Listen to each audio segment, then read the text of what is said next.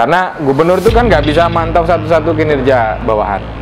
Dulu detail anggaran itu ada, sekarang jadi nggak ada lagi gitu. Artinya itu bentuk dari penurunan. Makanya Riau dulu ada namanya Jaga APBD yang dikelola oleh Dinas Kominfo misalnya. Kominfo ya.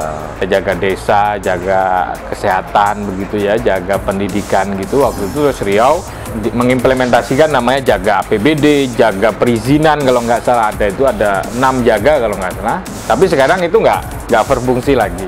Makanya Riau ini tinggi, korupsi kan nggak terbuka tuh mungkin ya, bisa jadi juga. Benar, ya, kan? Karena transparansi itu salah satu masih diyakini ya, diyakini sebagai strategi pencegahan.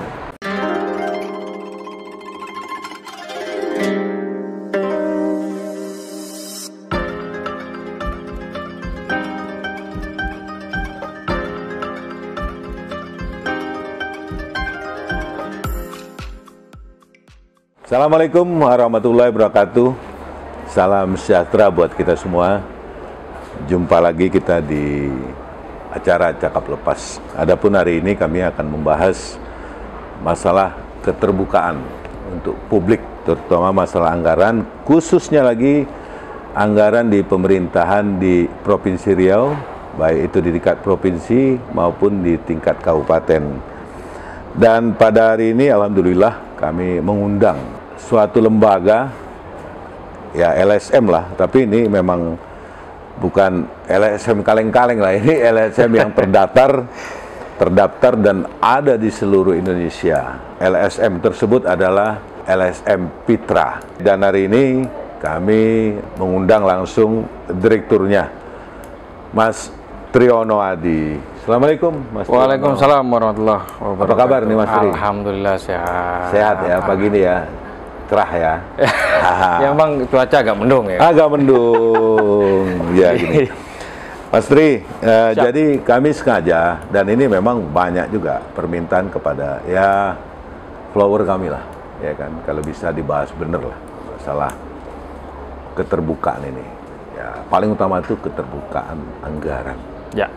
Ya kan, baik itu di Provinsi Riau, khususnya pemerintahan ya, maupun di kabupaten kota. Dan kami melihat memang 2 tahun ini, ya, tapi nggak tahu nanti Mas Hadi, ya kan, penelitian Mas Hadi lah, ya kan, lembaga Mas Hadi itu gimana gitu.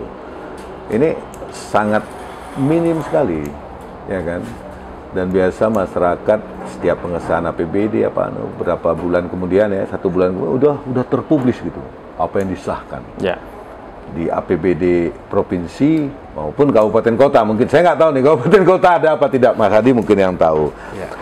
Tapi di samping itu juga kami banyak juga masyarakat ingin tahu apa sih Fitra ini gitu ya. Fitra ini lembaga berbentuk apa, ya kan? Ya, kata kita dengar ini kan di semua Indonesia ada, ya kan, dan pusatnya di Jakarta. Jadi itulah kami minta keterangan singkat lah biar publik tahu Fitra apa, baru kita masuk nanti masalah keterbukaan anggaran. Silakan. Ya, terima kasih. Terima kasih nih udah diundang di Amin, Cakap Lepas. Sama-sama. Ya, Fitra itu kan singkatan dari ini ya, Forum Indonesia untuk Transparansi Anggaran. Oh, jadi Forum Indonesia untuk Transparansi Anggaran. Disingkat menjadi Fitra. Gitu. Bukan fitrah ya, tapi bukan fitrah, ya. Karena banyak juga yang ngomong itu fitrah. Nah, Fitra itu memang secara nasional itu didirikan waktu itu untuk ya sebagai ini ya, sebagai untuk mengisi era reformasi ya, bahwa pada saat itu adalah isunya soal bagaimana mendorong good governance gitu ya, bagaimana mendorong clean governance yang memang waktu itu disyaratkan oleh atau menjadi mandat reformasi. Makanya oleh karena itu Fitra itu kemudian dibentuk oleh kelompok-kelompok masyarakat sipil gitu ya, dan memang ada secara nasional. Dan di daerah itu salah satunya di Riau. Gitu ya, Fitra Riau.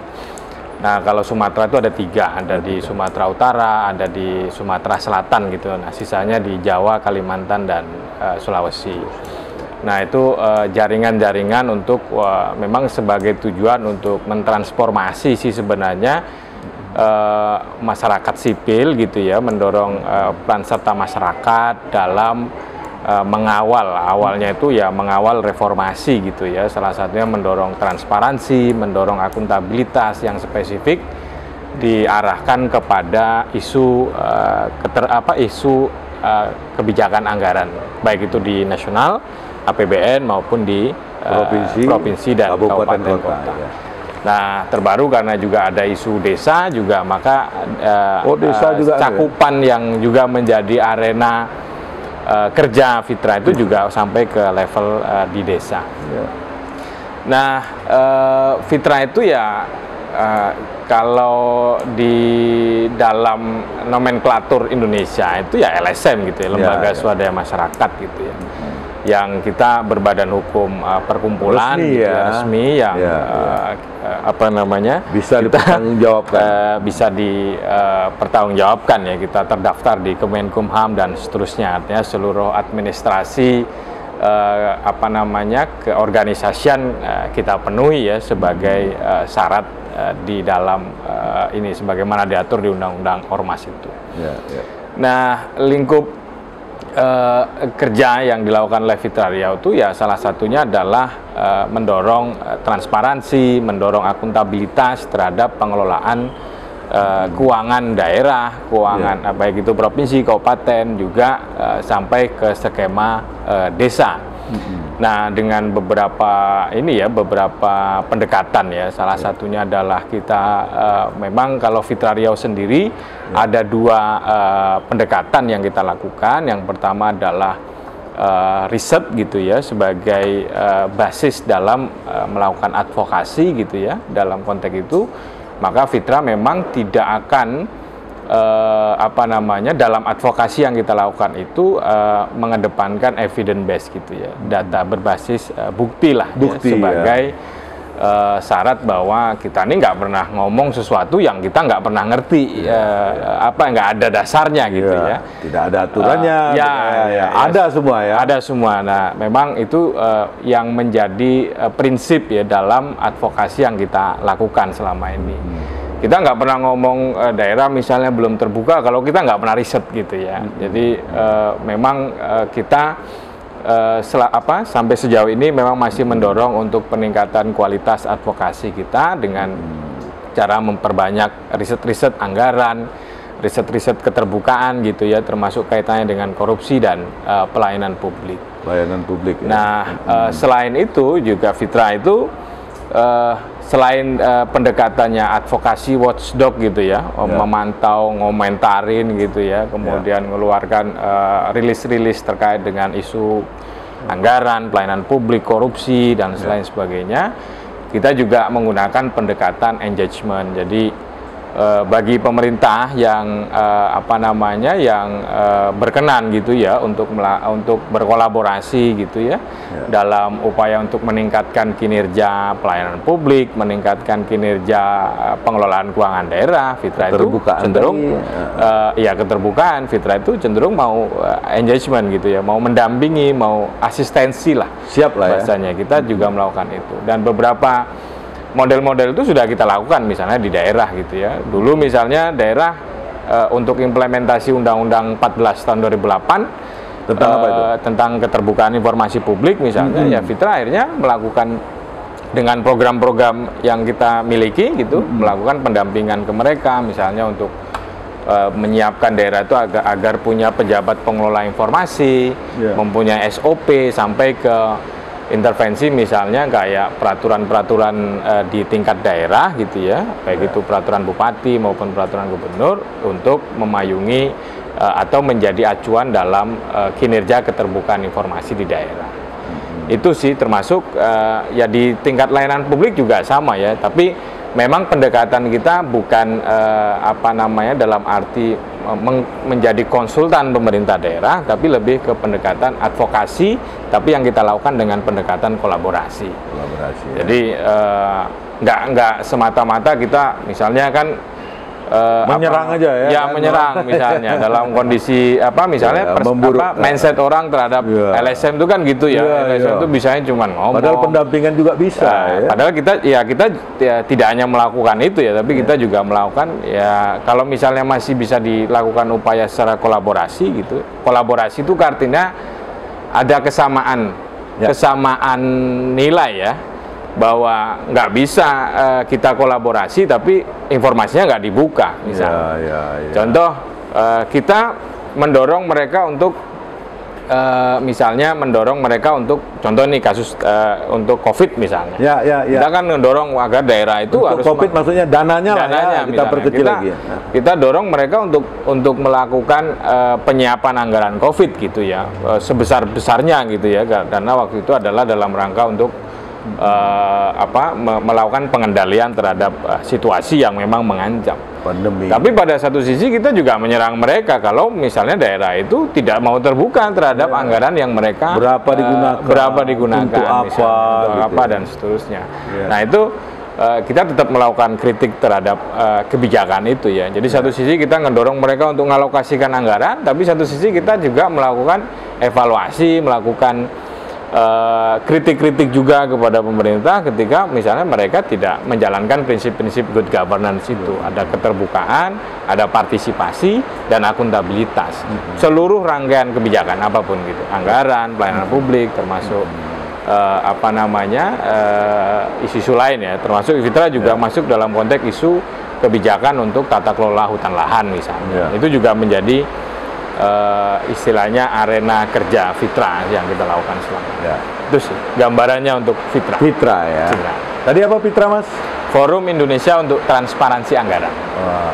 Jadi Provinsi Riau kalau di Riau. Iya ya.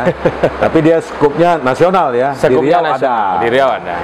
Jadi itulah pemirsa ya, itulah sekelumit tentang LSM Fitra tadi ya kan. Jadi ini kalau istilah milenialnya ini bukan LSM kaleng-kaleng. LSM yang punya tanggung jawab, yang punya badan hukum. Baiklah Mas Triadi. Jadi sekarang kita dari apa yang Mas sampaikan tadi, kira-kira kalau Mas melihat, kita nggak usah jauh-jauh aja lah ya kan. Ini kan karena ruang tugas Mas Adi sekarang di Riau ya kan. Ini Fitra, bagaimana Fitra melihat ya kan?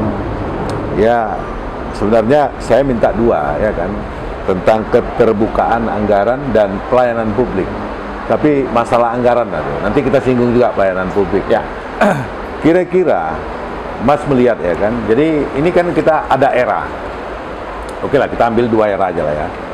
Era kepemimpinan zaman Pak Andi, era kepemimpinan zaman Pak Samsuar yang hampir 2 tahun. Ya kan, bulan Februari ini 2024. Nah ini bagaimana gitu, masalah keterbukaan, nanti kalau ada masalah pelayanan juga, tapi bukan hanya provinsi, maksud saya sampai seluruh, tingkat di Riau lah ya. Di Riau lah. Siap. Ya provinsi bagaimana, bagaimana, ya kan, silakan Mas Adi. Ya, tentu kita berangkat dulu dari ini ya, bagaimana sih sebenarnya keterbukaan itu harus transparansi itu harus dilakukan oleh badan publik, karena salah satu badan publik itu adalah pemerintah gitu ya, baik provinsi maupun kabupaten kota gitu ya, maupun DPR-nya ya, maupun DPR itu bagian dari badan publik badan gitu publik ya. Karena definisi badan publik itu kan kalau di dalam Undang-Undang Keterbukaan Informasi Publik, Undang-Undang 14 tahun 2008 itu adalah satu jelas ya, eksekutif, legislatif, kemudian ada lembaga yang mengelola dana sebagian atau seluruhnya dari anggaran pendapatan APBN maupun dari APBD begitu ya. Padahal Mas, saya potong sedikit ya. Undang-undang keterbukaan publik itu sudah ada ya. Sudah. Dan itu wajib ya harus. Itu wajib mestinya, dan itu sudah ada, dan itu diterbitkan di tahun 2008 ya. Udah lama Udah lama, artinya sekarang itu sudah 12 tahun undang-undang nggak banyak kita ngingetin lagi ya. Ya mestinya ya, kalau memang apa namanya komitmen, ada kesadaran terkait dengan keterbukaan, karena itu adalah salah satu mandat reformasi kan. Jadi yang undang-undang itu juga bukan hanya inisiatif tidak menjadi inisiatif pemerintah sebenarnya, tapi juga didorong oleh masyarakat sipil pada waktu itu yang mendorong agar di era reformasi ini harus berubah tata kelola pemerintahan. Nah, salah satunya yang didorong adalah ya keterbukaan, partisipasi, akuntabilitas itu. Nah, maka lahirlah Undang-Undang KIP itu ya, Undang-Undang 14 tahun 2008. Nah, salah satu yang menjadi mandat kewajiban badan publik dalam hal ini adalah pemerintah yang harus dibuka itu salah satu adalah informasi terkait dengan pengelolaan keuangan. Jadi dari mulai perencanaan, pelaksanaan sampai dengan pertanggungjawaban yang mesti harus dibuka. Bahkan yang terbaru misalnya ada PP 45 tahun 2018 itu yang dikeluarkan oleh masa Presiden Jokowi ini, itu mengeluarkan PP 45 tahun 2018 tentang partisipasi publik dalam pelaksanaan pembangunan di daerah. Nah, itu juga sama yang memberikan mandat kepada daerah untuk mendorong partisipasi masyarakat. Salah satunya diatur itu adalah terkait dengan kebijakan keuangan daerah gitu ya, yang memang dimandatkan agar pemerintah daerah gitu ya, provinsi maupun kabupaten itu untuk membuka informasi bukan hanya hasil yang sudah disahkan, APBN APBD misalnya, tapi juga dari mulai proses. Jadi ada, kalau proses itu kan ada namanya KUA PPAS, kemudian ada RKA gitu ya, kemudian terakhir ada RAPBD begitu yang sudah detail, baru itu harus APBD. Dibuka dulu baru APBD. Nah, APBD itu kan produk yang sudah dilegislasi oleh DPR misalnya. Nah, itu mestinya dibuka gitu ya. Itu berdasarkan mandat PP 45 tahun 2018 yang tidak hanya provinsi tapi seluruh kabupaten juga untuk melakukan hal yang sama guna agar masyarakat bisa tahu nih apa sih yang sedang dirancang, apa yang sedang dibahas begitu, dan apa rencana-rencana pembangunan yang dan anggaran yang akan disusun untuk tahun berikutnya. Nah, itu wajib dibuka, Pak. Dan itu berdasarkan PP ya. Nah, sehingga undang-undang itu juga kan, undang-undang keterbukaan. Jadi itu memang ya, jadi secara aturan itu sudah ada. Sebenarnya dari sisi regulasi sudah sangat mendukung sekali untuk menciptakan good governance, menciptakan clean governance gitu ya. Juga dalam rangka pencegahan korupsi dan nepotisme dan lain sebagainya. Dan itu sudah istilahnya perangkat aturan itu sudah ada. Itulah Fitra itu kan memposisikan untuk agar seperangkat aturan yang sudah dibuat sedemikian rupa di tingkat nasional itu kemudian bagaimana itu bisa terimplementasi di daerah. Nah, karena kalau kita mengharapkan DPR untuk mendorong agar itu terimplementasi kan agak berat ya. Sejauh ini juga tidak. Dia mitra, enak dia. Saya juga. Padahal dia harus buka diri juga sebenarnya. Mestinya begitu ya. Mestinya kan DPR itu salah satu evaluasi pengawasan adalah bagaimana kebijakan-kebijakan itu dilaksanakan oleh eksekutif misalnya. Tapi kan sejauh ini juga kurang. Makanya kenapa butuh masyarakat sipil yang seperti kita ini, seperti Fitra ini, agar yang instrumen-instrumen partisipasi masyarakat itu, instrumen-instrumen untuk mendorong perbaikan kinerja pemerintah itu bisa diimplementasikan dengan baik di provinsi. Nah, kita baliklah dari tadi. Gimana Mas Tri Fitra melihatnya ini? Nah, artinya kita seperangkat aturan itu sudah ada. Lalu bagaimana sih sebenarnya yang terjadi di Riau? Nah, spesifik untuk konteks isu keterbukaan informasi, memang sejauh ini kita belum melihat kinerja keterbukaan itu yang optimal dilakukan oleh pemerintah sesuai dengan mandat-mandat. Bahkan inovasi-inovasi keterbukaan itu juga sulit untuk kita menemukan di Riau. baik itu di provinsi maupun di apalagi di kabupaten kota. Apalagi di DPR ya. Apalagi di DPR-nya. Ya, itu Apa sebagai sengaja kali ini, Mas? Nah, ini yang memang Masa banyak nggak faktor. tahu mereka aturan begini ada? Ya, tentu banyak faktor ya. Kalau yang kita identifikasi itu memang salah satu soal kesadarannya ya. Political will dari kepala daerah misalnya itu memang yang apa dalam konteks walaupun misalnya isu reformasi birokrasi, isu apalagi ya misalnya tata kelola pemerintahan yang baik itu kan kerap menjadi mandat di dalam RPJM. Coba misalnya Bang Zul baca RPJM Riau itu di misi 5 itu adalah meningkatkan kinerja tata kelola pemerintahan. Dua pendekatannya, satu reformasi birokrasi, yang kedua adalah penggunaan teknologi informasi.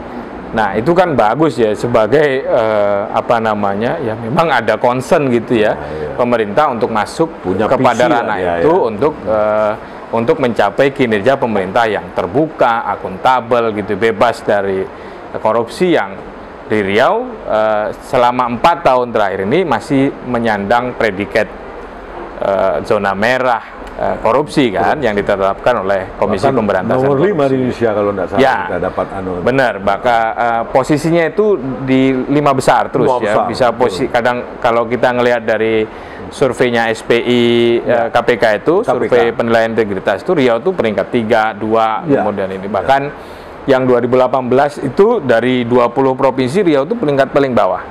Dari 20 provinsi. Apa istilahnya Riau itu yang dipublikasi di KPK 2019 hasil survei 2018 itu Riau peringkatnya di posisi yang terbawah indeks SPI-nya. SPI-nya ya. Nah, itu kembali ke karena bahwa Fitra masih melihat bahwa kinerja keterbukaan informasi spesifik yang terkait dengan anggaran itu masih sangat kurang ya. Nah, memang karena Undang-Undang Keterbukaan Informasi itu kan sudah 12 tahun. Artinya nggak lagi teriak-teriak ya? Ya, mestinya itu. Yang kedua, nggak lagi mekanisme akses informasi itu dengan manual sistem gitu, dengan datang, baru kemudian dikasih. Apalagi sekarang kalau nanti misalnya kita ngelihat dari data di Komisi Informasi Provinsi Riau itu, pasti sebagian besar yang diminta dan disengketakan adalah informasi anggaran.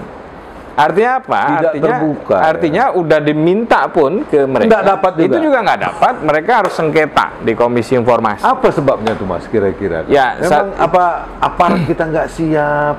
Padahal setahu saya, saya melihat juga 2 tahun ini nggak ada itu. Ya, dulu kan kalau nggak salah ada sistem ya. Kalau nggak salah Jaga Riau, apa satu lagi apa namanya itu, ya kan? Ya instansi kita lah yang nerbitkan. Ya.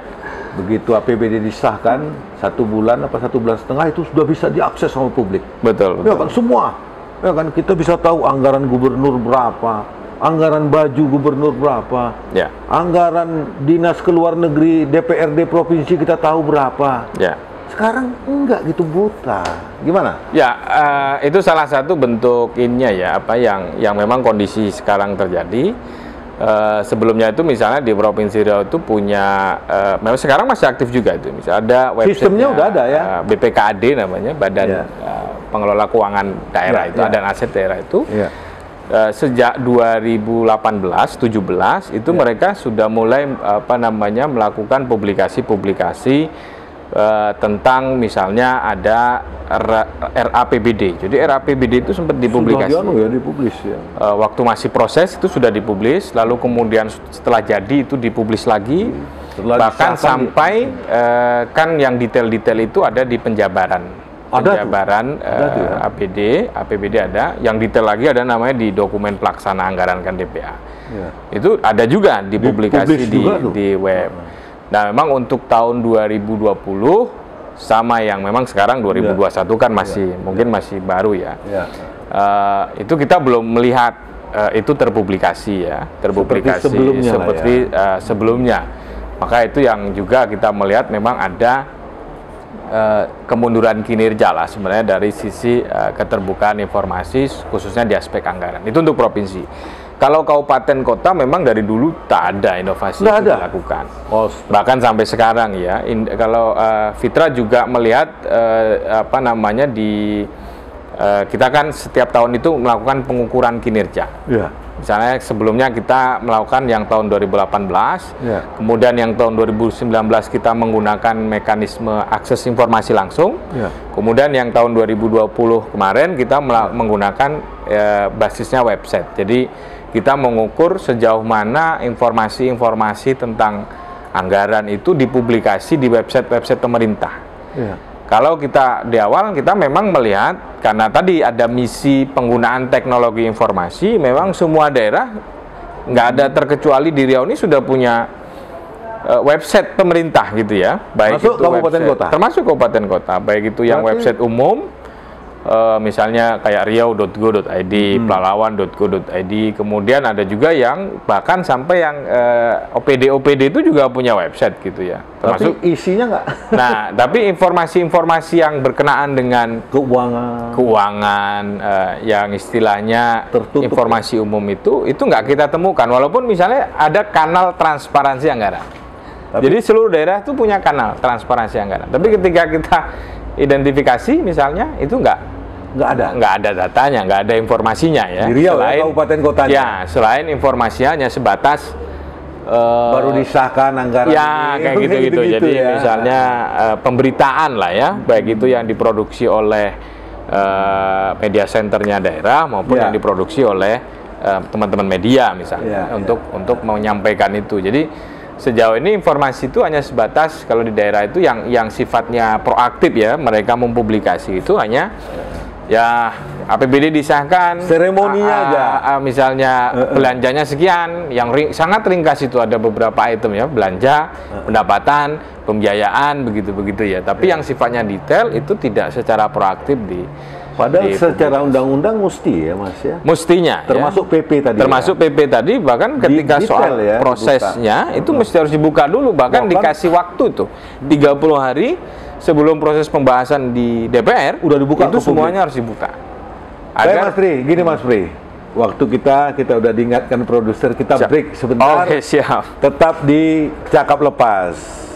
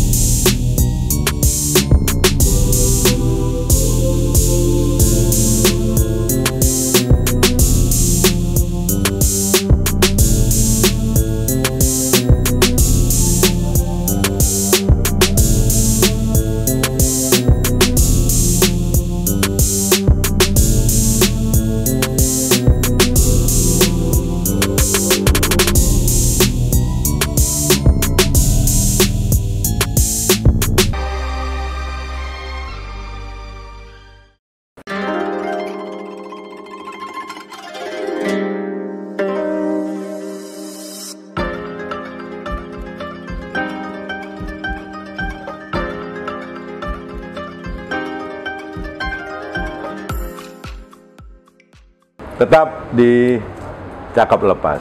Mas Tri, jadi tadi ya Mas Tri kan sudah mengulas ya kan. Ternyata kita nih sangat kurang sekali lah masalah keterbukaan itu ya kan. Sesuai dengan apa amanat undang-undang PP tadi. Padahal ini udah 12 tahun ya kan. Masa kita setiap kali sosialisasi terus. Dan di dalam pemikiran saya tidak mungkin juga lembaga publik ini nggak tahu ya kan. Baik pemerintah, baik DPR-nya. Nah, ini menurut pengamalan Fitra lah ya kan. Apa penyebabnya nih Mas kira-kira? Apakah aparat pelaksananya yang nggak ngerti, pimpinannya yang nggak ngerti, atau memang budaya gitu? Ya. Budaya masyarakat Melayu nih, istilahnya apa ya? Mau terbuka tuh rasanya pakai ya. Kalau orang Jawa bilang ya segan, tak enak. Diingatkan itu nanti rasa gimana gitu. Ya. Menurut pengamatan Fitra bagaimana? Ya, kalau kita ngelihat dari sisi kinerja tadi itu ya udah saya jelasin bahwa seluruh daerah di Riau itu terjadi penurunan di 2 tahun atau 3 tahun Untuk terakhir. keterbukaan. Untuk keterbukaan. Salah satu yang bisa kita lihat misalnya tadi itu ya, indikator keterbukaan itu bagaimana pemerintah itu dia secara secara proaktif membuka informasinya tanpa harus diminta. Apalagi yang namanya siklus anggaran itu kan cepat ya. Jadi dia dokumen itu hanya berlaku setahun rencana, setahun pelaksanaan. Ya. Nah, artinya siklus itu sangat cepat, makanya kenapa Komisi Informasi dalam peraturan Komisi Informasi itu menyebutkan bahwa informasi itu informasi anggaran adalah informasi berkala yang tanpa diminta itu dia harus dipublikasi. Makanya Riau dulu ada namanya Jaga APBD yang dikelola oleh Dinas Kominfo misalnya. Dipublikasi kalau nggak salah terakhir itu, kalau nggak salah ya, karena saya juga lama juga nggak buka itu Jaga APBD itu APBD tahun 2018 kalau nggak salah. Zaman Pak Andi Rahman lah itu. Masih periode sebelumnya. Terbuka. Nah sekarang memang itu nggak aktif lagi gitu ya. Artinya nggak berubah itu datanya, masih data-data itu saja. Padahal itu juga mandat, kan KPK punya jaga ya, ada jaga desa, jaga kesehatan begitu ya, jaga pendidikan gitu. Waktu itu terus Riau akhirnya mengimplementasikan namanya Jaga APBD, jaga perizinan kalau nggak salah, ada 6 jaga kalau nggak salah. Tapi sekarang itu nggak berfungsi lagi. Yang kedua, publikasi informasi di Dinas DPKD juga mulai menurun. Dulu detail anggaran itu ada, sekarang jadi nggak ada lagi gitu. Artinya itu bentuk dari penurunan. Nah tentu kalau dilihat dari faktor, banyak ya faktornya.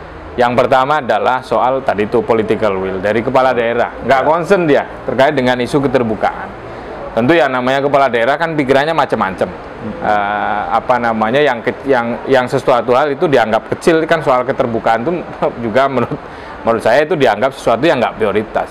Padahal kan mestinya itu prioritas. Publik ingin tahu. Padahal itu mestinya harus dibuka dalam rangka kalau pemerintah itu gubernur misalnya atau kepala daerah, bupati, wali kota itu mendorong concern pada isu keterbukaan, itu efeknya bagus karena gubernur itu kan nggak bisa mantau satu-satu kinerja bawahan. Sehingga ketika bupati juga bupati juga nggak bisa memantau kerja dinas, badan atau bidang gitu ya sampai ke bawahnya. Maka membuka informasi itu sebagai bentuk upaya pencegahan korupsi misalnya, yang membantu kepala daerah sendiri agar masyarakat dengan dibuka bisa mengawasi OPD jadi segan untuk melakukan tindakan-tindakan yang misalnya penyalahgunaan. Makanya Riau ini tinggi, korupsi karena tidak terbuka tuh mungkin ya, bisa jadi juga. Benar, ya, kan? Karena transparansi itu salah satu masih diyakini sebagai strategi pencegahan. Mencegah bagaimanapun kalau tidak terbuka susah untuk isu korupsi itu bisa ditutupi. Karena kan korupsi itu kan nggak bisa dilakukan dengan cara yang terbuka. Dia pasti dilakukan dengan cara yang tertutup. Apalagi kalau sistemnya tertutup, maka rentan sekali untuk lebih enak lagi dia korupsi ya. Jadi itu satu, political will. Yang kedua, memang di tingkat birokrat. Jadi birokratnya itu masih gunakan paradigma lama gitu ya. Jadi prinsip good governance itu belum melekat pada birokrasi. Jadi mereka masih menganggap membuka itu tidak mesti telanjang menurut mereka. Membuka itu informasi-informasi, bahkan ada juga kita menemukan atau kita berkomunikasi dengan birokrasi misalnya pejabat eselon 2 gitu ya, eselon 3 itu mereka masih eselon kaleng-kaleng itu. Iya kan, artinya mereka masih berpikir bahwa informasi seperti anggaran itu adalah informasi yang tidak rahasia gitu ya. Tidak perlu publik tahu. Nggak perlu publik tahu, karena ketika kita bertanya kenapa itu tidak dibuka, ya itu alasannya sudah tidak rasional misalnya. Takut disalahgunakan yang seperti apa? Bisa jadi takut menutup informasi itu karena banyak masalah dalam pengelolaannya. Kalau orang nggak punya masalah kan mereka buka aja ya. Ya ini saya punya anggaran sekian misalnya di dinas untuk ini 5 miliar ini saya gunakan untuk ini gitu ya. Ini belanjanya detail gitu ya. Ini penggunaannya secara detail tersedia. Lalu kan akhirnya sebenarnya itu bisa masyarakat jadi hilang kecurigaan. Jadi sebenarnya membuka itu akan meningkatkan kepercayaan kepada gubernur, kepercayaan kepada bupati, wali kota, juga kepercayaan kepada dewan-dewan dalam proses itu. Nah, yang selanjutnya selain dari soal kesadaran birokrasi yang rendah itu juga dipengaruhi oleh itu tadi ya budaya yang tak enak. Ya gitu ya. Jadi ketika Sekda ingin punya ketika OPD yang Kominfo misalnya ini sebut saya misalnya Kominfo itu kan kalau dalam dalam kelembagaan keterbukaan dia menjadi yang paling depan karena berdasarkan Permendagri 3 2017 itu pejabat pengelola informasi dan dokumentasi daerah itu adalah pejabat yang melakukan tugas fungsi pelayanan informasi, data, dan persandian. Artinya Kominfo itu sebagai istilahnya garda terdepan dalam membuka. Tapi Kominfo sendiri dia tidak bisa memaksa OPD-OPD lain untuk bersama-sama membuka, mendorong pelayanan keterbukaan itu.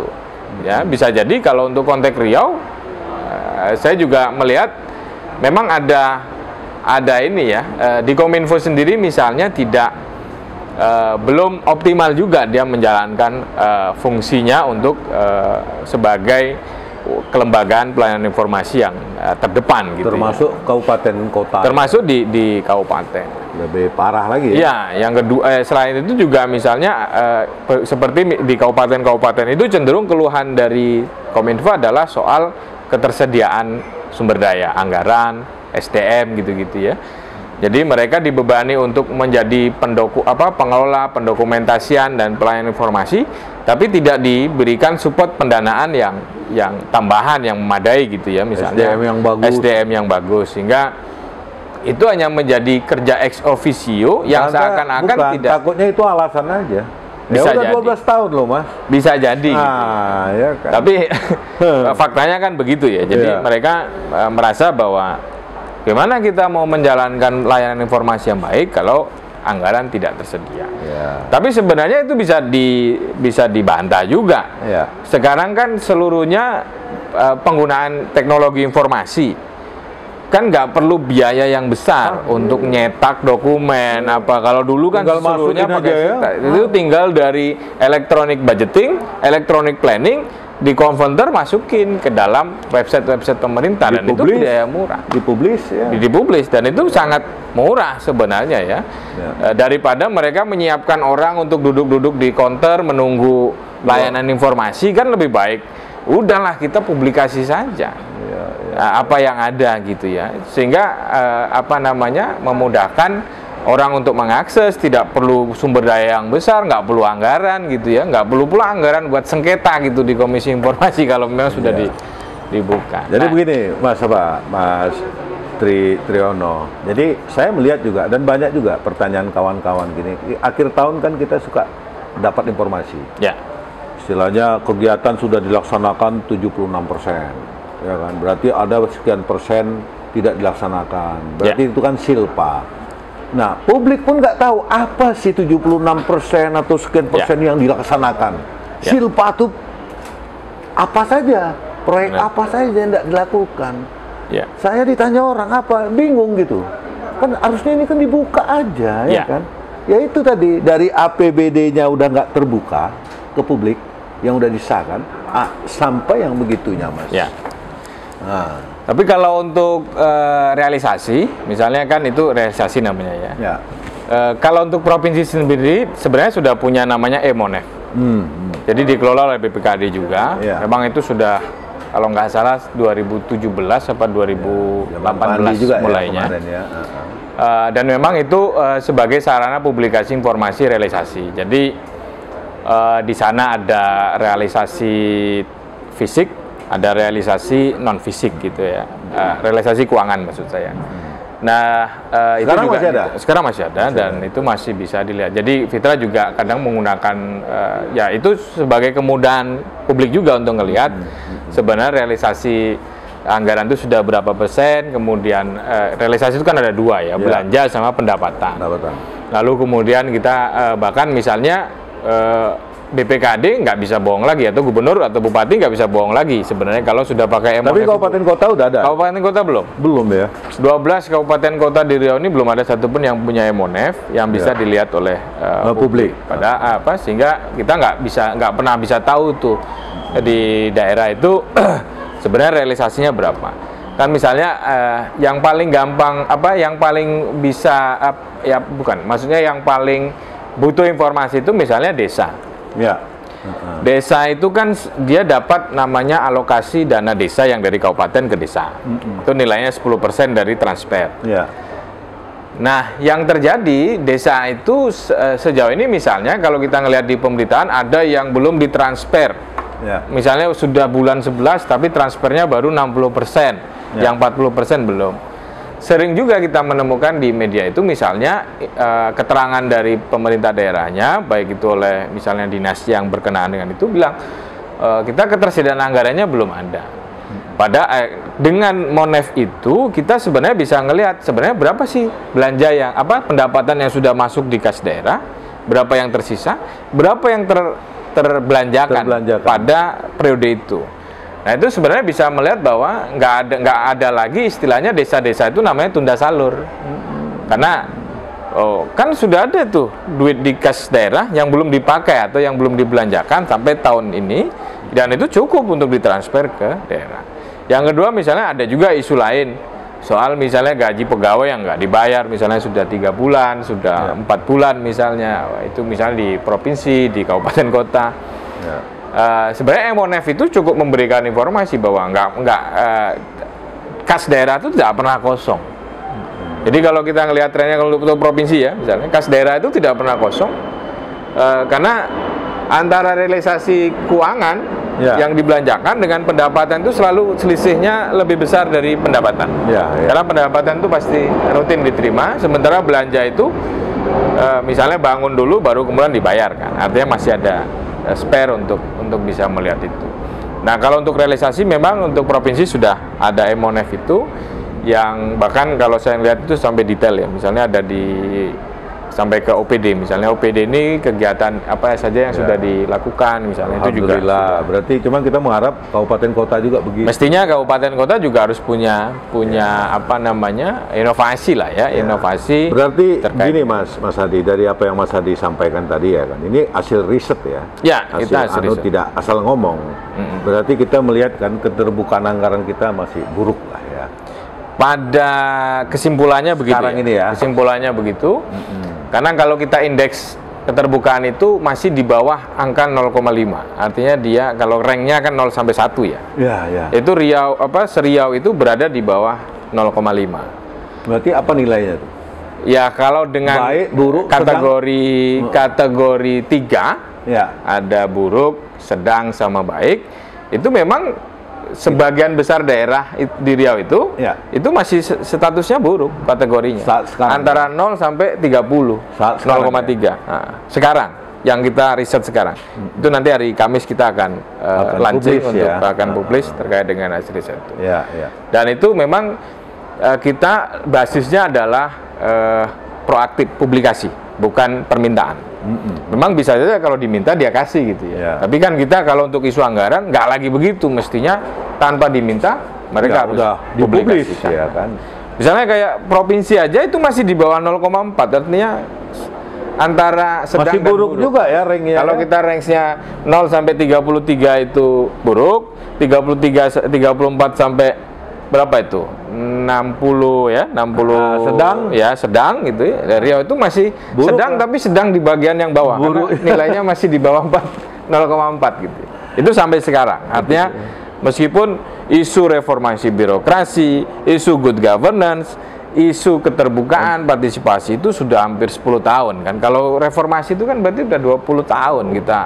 Tapi tetap juga kita daerah itu masih rank-nya masih rendah, gitu, masih rendah dari konteks isu keterbukaan anggaran. Saya ada 3 lagi pertanyaan Mas Hadi. Pertama sedikit aja ini, Mas Hadi kan ya istilahnya LSM yang bergerak khusus ini. Kira-kira APBD 2021 Mas Hadi sudah tahu isinya? Nah, sudah ini, dapat nggak? Nah ini menjadi bagian dari kemunduran keterbukaan juga. Kita sampai sekarang itu nggak dapat yang dapet. baik itu mulai KUA, PPAS sampai RAPBD, bahkan sampai nih, APBD yang sudah disahkan. Yang untuk 2021? Ya. Di provinsi, apalagi di kabupaten kota. Apalagi di kabupaten kota ya. Ranknya jauh. Padahal mestinya. Jadi nggak tahu juga nih, apalagi kami. Ya itu, kita aja sampai sekarang itu masih meraba-raba sebenarnya apa sih yang akan direncanakan. Kita juga dapat isu misalnya provinsi mengajukan pinjaman utang. Tadi yang 2,5 triliun. Sebenarnya kita berpikir itu sebenarnya untuk apa? Dan pernahkah tidak misalnya ekspos itu dilakukan dulu, padahal ketika pemerintah daerah ingin mengajukan membuat satu kebijakan itu kan basisnya harus jelas. Partisipasi masyarakat harus dikasih ruang.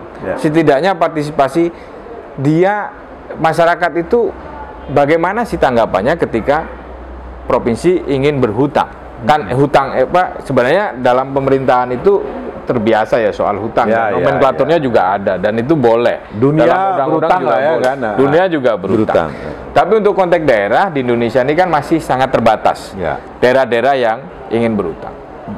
Contoh saya begini, Riau itu kan penghasil SDA. Sumber daya alam. Sumber daya alam, migas gitu ya, hutan dan lain sebagainya. Dan itu kalau misalnya migas masih berkontribusi 30% pendapatan nasional. Untuk sektor migas misalnya. Nah, sejauh ini Riau sebagai penghasil SDA yang luar biasa besar, tapi di mata nasional Riau itu kan berada sejajar dengan daerah-daerah lain yang tidak berpenghasilan apa-apa. Beda dengan Aceh, Papua, Jogja, kemudian DKI Jakarta sendiri, Papua Barat, yang memang dia punya skema otonomi khusus yang memang punya salah satu konsekuensinya adalah daerah pusat itu memberikan tambahan pembiayaan untuk ini. Kenapa tidak itu kemudian dijadikan sebagai istilahnya usaha itu yang mesti harus didahulukan. Misalnya untuk bagaimana mendorong skema kebijakan transfernya dari pusat ke daerah itu harus lebih equal lah, lebih adil berutang daripada berutang. Termasuk kemarin ada rencana katanya mau merebut DBH dari sawit itu ya kan, pajak itu salah satu yang mesti harus mereka upayakan dulu. Kerja itu sudah sejauh mana? Lebih aman ya. Betul. Kerja itu sudah sejauh mana? Itu justru malah menjadi prestasi yang bagus dilakukan oleh kepala daerah untuk mendapatkan skema pembiayaan baru dari nasional ke daerah, penambahan APBD daripada dengan skema hutang. Jadi hutang itu kan sebenarnya kalau derajat keuangan itu dia paling bawah ya. Sebelum jual aset kan hutang ya.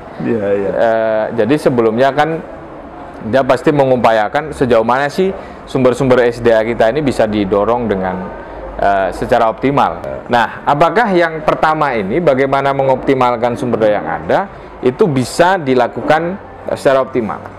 Jangan misalnya ini refleksi juga. Jangan ujuk-ujuk utang ya. Betul. Refleksi juga periode sebelumnya misalnya. Bagaimana pengelolaan kebijakan belanja itu misalnya tidak optimal. Sesuatu hal yang bukan menjadi mandatori tapi dia belanjakan ke sana.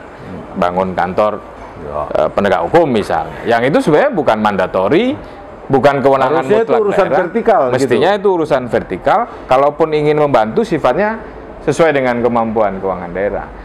Nah tentu jangan sampai karena kita belum melihat yang 2021 apakah belanja daerah itu sudah dialokasikan sesuai dengan prioritas daerah, kewenangan daerah yang memang nggak lagi muncul belanja yang nggak penting misalnya kayak di DPR tuh masih aja nganggarin belanja keluar negeri misalnya. Ada nggak nih 2021? Nah itu yang belum saya terbaca. Takutnya di musim COVID nih keluar negeri pula. Bisa jadi karena itu nomenklatur Pak. Oh gitu ya. Jadi sesuatu yang ada nomenklaturnya dimasukkan itu juga ya.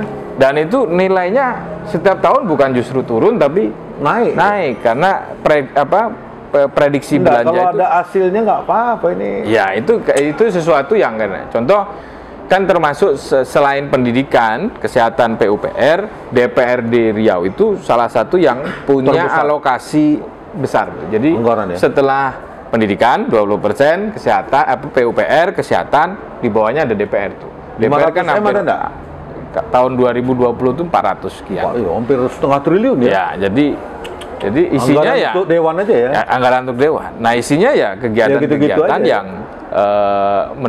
yang hasilnya kertas kan. Jadi perda, kemudian jadi dan lain-lain ya, yang mestinya apakah itu sudah ada. Nah, saya juga belum melihat di periode ini 2019 2020 itu kemudian ada apa ya, kayak semacam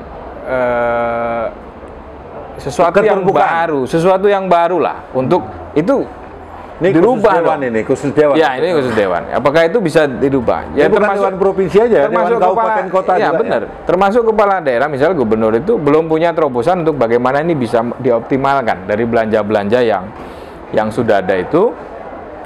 Misalnya dari kan kita 6-7 tahun yang lalu ngerefleksinya kan begitu tuh, belanja rutin, belanja ini, dan itu juga sejauh ini masih belum banyak berubah ya, selain hanya menyederhanakan program dan isi nomenklatur tadi ya. Ya, dan isi nomenklatur yang juga belum mampu. Contohnya begini, itu termasuk yang Fitra protes terkait dengan rasionalisasi tahun 2020 untuk belanja COVID.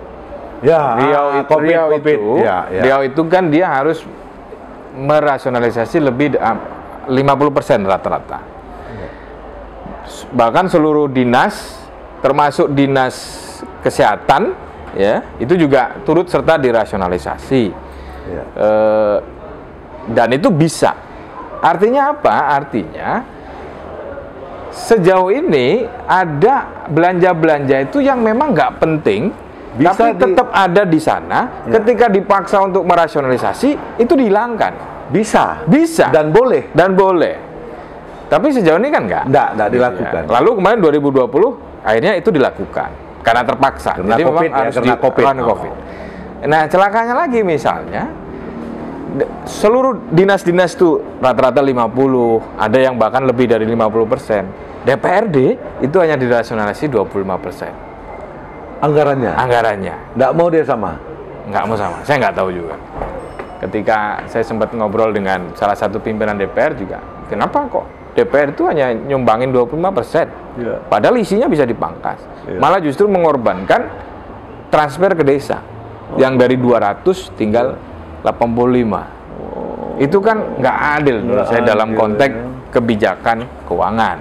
Nah, seharusnya pemerintah kan harusnya harus mencari, apalagi dewan ya, dia wakil rakyat ya, dia tunjukkan harusnya. Seharusnya kan sudahlah 50% ambillah dana kami. Mestinya. Ya. Kan untuk karena kan rakyat. Isinya belanja DPR itu 80% kan belanja perjalanan ya, perjalanan, lalu kemudian perjalanan kan kalau nggak salah itu kunjungan kerja kelengkapan, kunjungan kerja pimpinan, makan minum, di reses gitu, reses ya. Yang itu sebenarnya tadi, dengan situasi COVID dia nggak bisa jalan kan bisa dipangkas lebih dalam. Bahkan kalau bisa kan 50% lah ini digunakan. Akhirnya nyatanya cuma berapa persen? 25% dari hampir 400 miliar. 370-an berapa itu yang tahun 2020. Artinya kondisi itu yang menurut saya kebijakan keuangan daerah belum banyak berubah dari periode sebelumnya. Apa gubernur takut pula kali nebas punya dewan ini ya? Wallahu alam. Bisa bisa dipangkas. Tapi ternyata DPR nggak bisa dipangkas gitu. Nah, dua lagi. Nah, Mas Adi, ya ini masalah keterbukaan apa tadi udah kita bicarakan ya kan. Sekarang kalau dari sisi anggaran COVID, terbuka nggak kira-kira Mas melihatnya, khusus untuk Riau, baik provinsi maupun kabupaten kota, istilahnya anggarannya berapa, digunakan untuk apa aja kira-kira pandangan Mas? Ya, Fitra, kita sendiri mendapatkan informasi tentang anggaran COVID itu malah justru dari Kementerian Dalam Negeri. Jadi bukan dari pemerintah provinsi atau kabupaten kota. Yang detail ya. Yang detail. Walaupun ya kita dapatnya ketika kita buat acara, kita undang misalnya dari dinas BPKAD-nya gitu ya, baru kemudian kita dapetin. Tapi itu juga nggak detail. Nah, akhirnya kita melakukan akses informasi resmi melalui PPID provinsi. Nah, akhirnya itu dapat. Itulah yang kemudian kita dorong, kenapa sih pemerintah nggak publikasi tuh secara detail melalui websitenya. Justru malah diberikan hanya kepada siapa saja yang meminta saja. Memang Fitra data kayak anggaran COVID itu kita dapat ya secara detail, misalnya apa saja yang dia belanjakan, baik itu untuk kesehatan, dampak sosial, sama dampak ekonomi atau pemulihan ekonomi. Tapi memang informasi itu tidak dipublish misalnya. Bahkan kalau kita harus lah ya.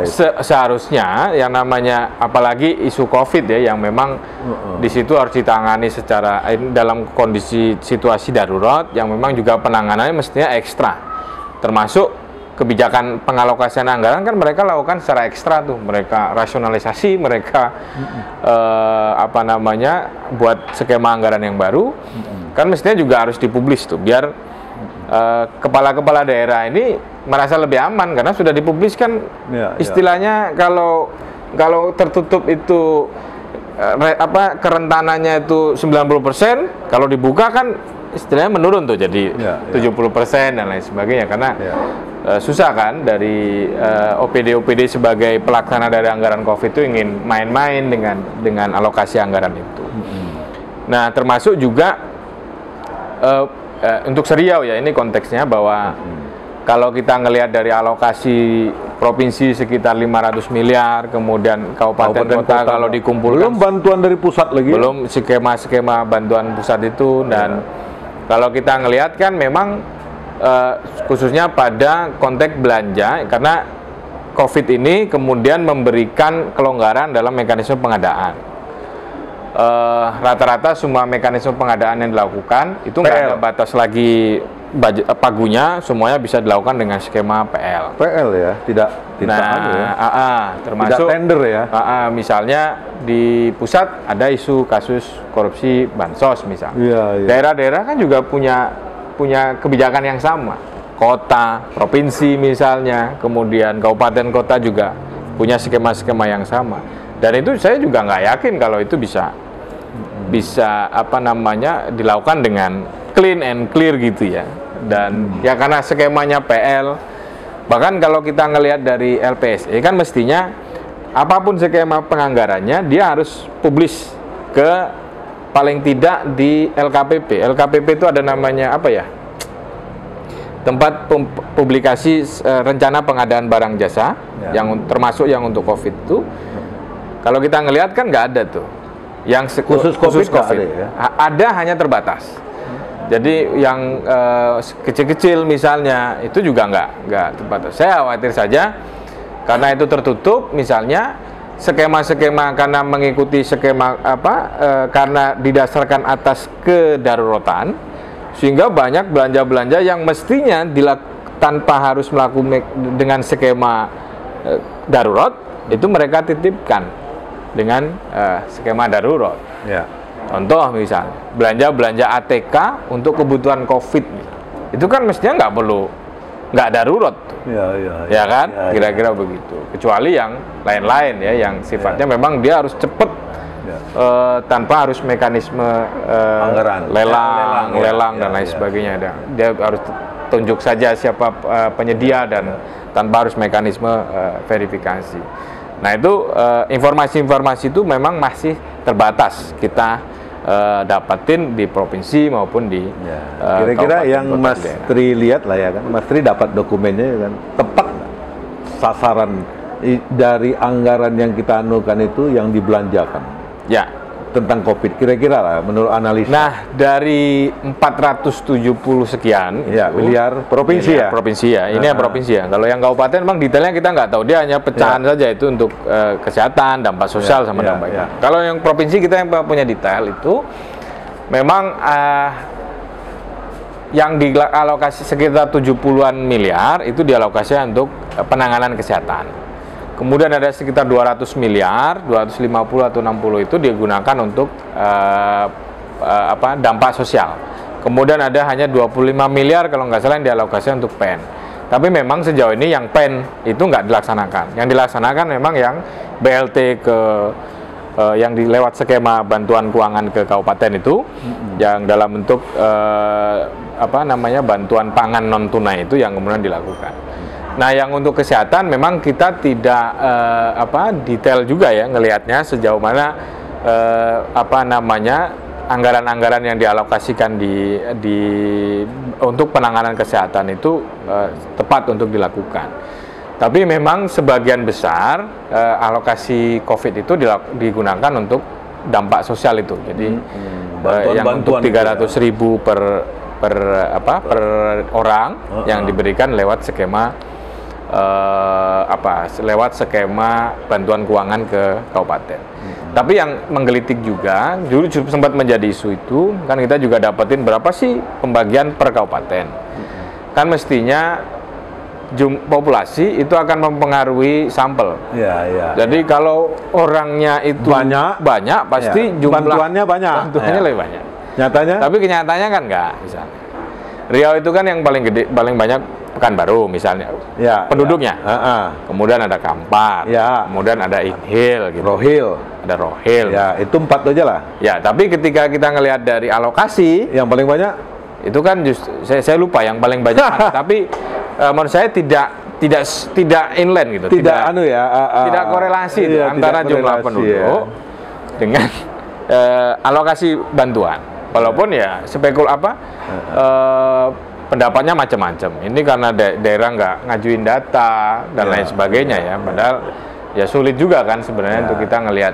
Kan mestinya kalau untuk menetapin pagu itu kan basisnya sebenarnya tidak mesti harus data real, tapi lihat berapa persen dia akan cover dari berapa jumlah penduduk yang terdaftar sebagai PDT, data terpadu kesejahteraan.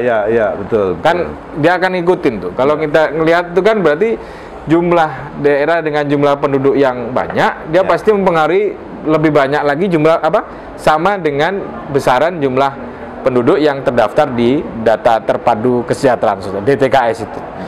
Nah, ketika ngelihat dari skema bantuan keuangan provinsi kan agak jomblang tuh. Jadi basisnya apa sih sebenarnya yang dilakukan? Oke, ini Mas, ini terakhir. Kita kan sudah bilang keterbukaan ya kan, pemerintahan apa. Kira-kira parlemen DPR perlu nggak terbuka itu? Ya, open parlemen lah kalau istilah kerennya. Jadi satu namanya badan publik, dia harus terbuka dan itu pasti harus punya kewajiban untuk terbuka. Nyatanya gimana kalau di Riau? Nah, kalau kita ngelihat dari saat ini kan parlemen baik itu dia sebagai lembaga sendiri maupun parlemen dia sebagai satuan kerja pemerintah daerah atau OPD itu kan nggak ada bedanya juga. Makanya memang Fitra mendorong agar ada upaya untuk DPRD itu menjalankan prinsip-prinsip good governance, salah satu dengan pendekatan open parlemen. Mereka harus mempublikasikan apa yang mereka kerjakan, hasil-hasil apa yang mereka kerjakan, ada sesuai dengan 3 fungsi utama DPR itu. Pengawasan. Nah, tentu itu yang penting untuk mereka lakukan. Contoh saja begini, Fitra itu 2018 pernah mengajukan permohonan informasi karena tadi itu ya 80% anggaran DPR itu kan isinya perjalanan dinas. Baik itu keluar negeri, dalam negeri, keluar daerah atau dalam daerah. Itu hampir 200 miliar itu tahun 2018 kalau nggak salah. Begitu kita mengajukan permohonan informasi dengan basis informasi yang kita minta itu adalah berapa besarannya, kemana saja, siapa saja yang turut serta, hasilnya apa, itu nggak dapat. Yang dapat itu hanya besaran anggaran yang sifatnya umum ya. Misalnya kunjungan kerja DPR berapa kali sekian duitnya, kemudian keluar daerah berapa kali sekian. Tapi sampai ke apa tujuannya dan dan hasilnya apa dari hasil kerja-kerja itu, misalnya studi banding itu juga kita nggak bisa dapetin karena bukan nggak dapet karena mereka tutup, karena memang nggak ada ininya. Jadi apa yang mau saya kerjakan, apa yang mau saya berikan, kata Sekwan misalnya, dong anunya nggak ada, laporannya nggak ada, yang dilaporin itu sebagai hasil kunjungannya itu juga nggak. Ada mungkin bukti SPPD. Ya paling begitu dicap, ya. Ya kan tiket. Jadi kayak pisum-pisum begitu. Pisum-pisum. Tapi sementara hasil kemudian ini berkontribusi apa kepada regulasi, pengawasan, pelayanan publik, pertanian misalnya, atau kehutanan, itu nggak bisa. Oh iya, misalnya perbaikan isu pelayanan publik karena salah satunya hasil dari DPR. Mereka memberikan terobosan kepada pemerintah daerah untuk melakukan apa. Termasuk yang sederhana lah. Daerah itu kan mesti membuka informasi anggaran karena ada undang-undang KIP. Kan mestinya sebagai bentuk pengawasan kinerja pemerintah eksekutif atau kinerja gubernur, DPR itu mesti harusnya lebih keras dari LSM untuk mendorong keterbukaan. Agar pemerintah juga ikut macam dia ya kira-kira begitu. Ini loh, kami udah terbuka loh. Nah, masa pemerintah enggak? Setidaknya kalaupun dia belum terbuka, dia dorong dulu lah itu eksekutif agar terbuka. Kalau terbuka kan dia akan terbuka juga. Jadi itu Mas, jadi kita melihat juga ya kan, kadang-kadang masyarakatnya ingin tahu berapa sih 1 tahun Perda itu direncanakan. Benar. Berapa siapnya? Ini kan nggak buta kita soal itu. Udah tuh apa saja yang mereka awasi, proyek mana aja mereka awasi, udah hasilnya tuh, apa, berapa anggaran yang disahkan, ya untuk apa ya kan dia yang tahu. Lalu kemudian misalnya dari reses itu apa sih yang jadi dari reses itu kemudian yang diajukan kepada pemerintah untuk dimasukkan ke dalam rencana kerja itu kan nggak ada tuh. Harusnya luar negeri juga begitu mestinya diparipurnakan juga. Betul, hasilnya, selain dari kita dapat informasi hanya paripurna penetapan hasil reses gitu. Tapi kita nggak pernah tahu isinya itu apa sih yang diusulkan kepada pemerintah daerah. Iyalah. Oke Mas Tri. Sip, terima kasih. Kita udah banyak lah membuka ini kan. Dan ini semoga menjadi pengetahuan publik. Ya. Dan ini kita mengingatkan yang baik juga lah kepada kawan-kawan kita ya kan di lembaga publik baik di pemerintah maupun di DPR. Betul. Karena semua kan kawan-kawan kita juga. Ya, semoga ini ke depan kita berubah gitu ya kan. Jadi khusus untuk pelayanan keterbukaan anggaran, pelayanan publik ini sudah berubah lah, tidak seperti biasa. Udah 12 tahun kan. Ya. Undang-undangnya, peraturannya masa masih begini-begini aja. Betul. Itulah pemirsa yang hasil bincang-bincang kami tentang keterbukaan publik, khususnya tentang anggaran. Terima kasih. Assalamualaikum warahmatullahi wabarakatuh. Waalaikumsalam warahmatullahi wabarakatuh.